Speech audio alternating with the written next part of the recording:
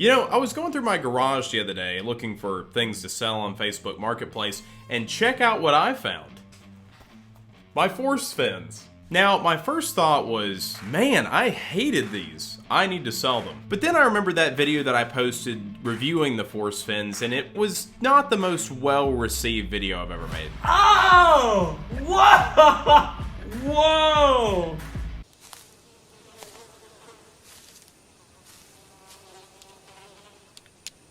That is one big pile of shit. I read the comments. A lot of people said that I wasn't using them right. Some people said that I refused to point out anything good that I liked about the force fin. So guess what? I dived them again yesterday, and today I'm going to give you my final thoughts on the force fin by Forcefin.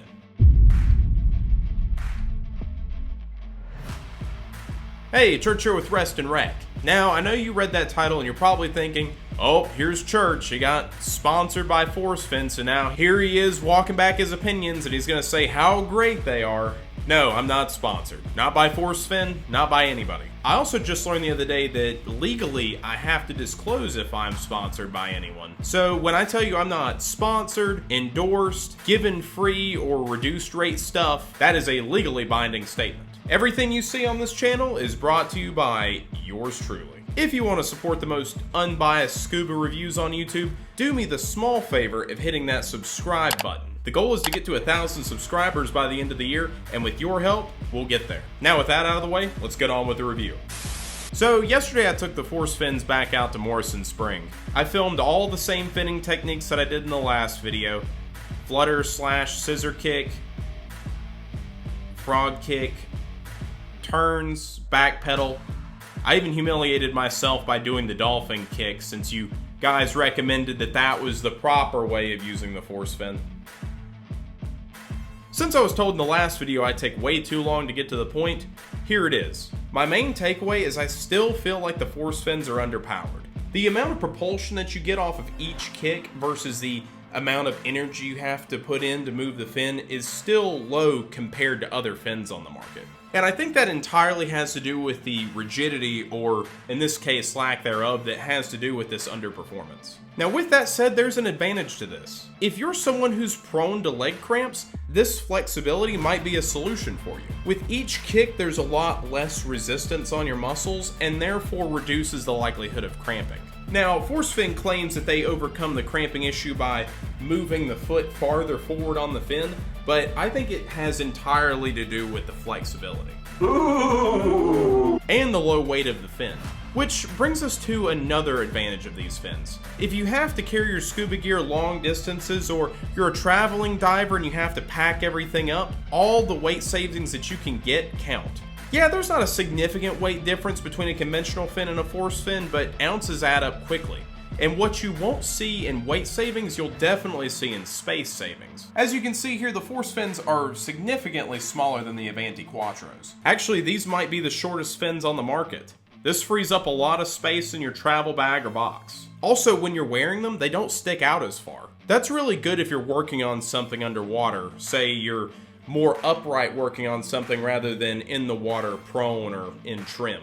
It's also good if you're in an environment where you really don't want to kick the bottom because you're in a silty cave, or you're a newbie diver wanting to not kick the coral. And yeah, with these longer fins, I've seen newbie divers kick the crap out of some coral. Coral! Coral! Having shorter fins helps with surface movements as well. If you're on a dive boat that requires you to exit the water and get back on the boat intact, meaning fins on, reg in, it's very difficult to do that with a really long fin. So as you can see here, due to their shortened size, the force fins are much easier to walk in. Unlike the Avanti Quattros, where they're so long it's hard to walk in them. Having those shorter fins sticking out makes it less likely where you're going to trip or knock into things while you're walking.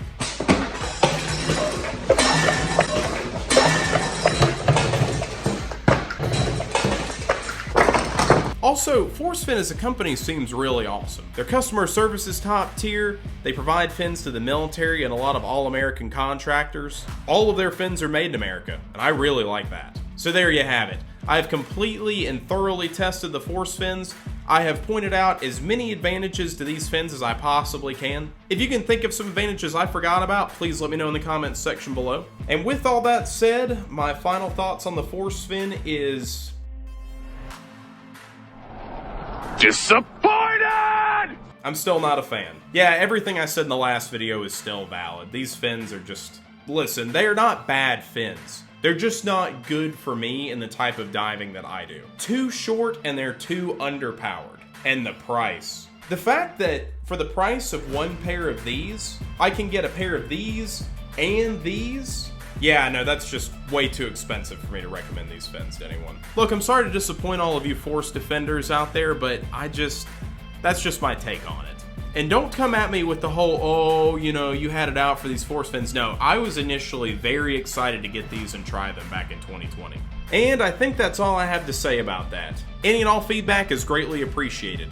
If you liked this video, make sure to hit the like button. If you didn't like this video, be sure to leave a comment in the comments section because the dislike button seems to not be working. And if you want future content like this, be sure to subscribe, that way you never miss a new video.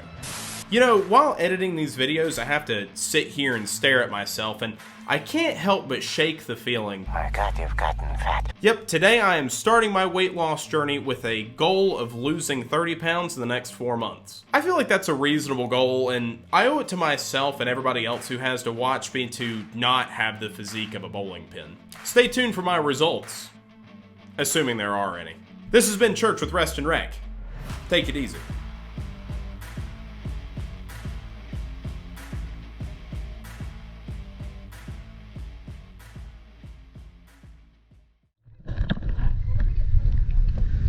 Huh? Let me get your channel. It's Rest, R-E-S-T, space N, like the letter, and then space Rec, R-E-C.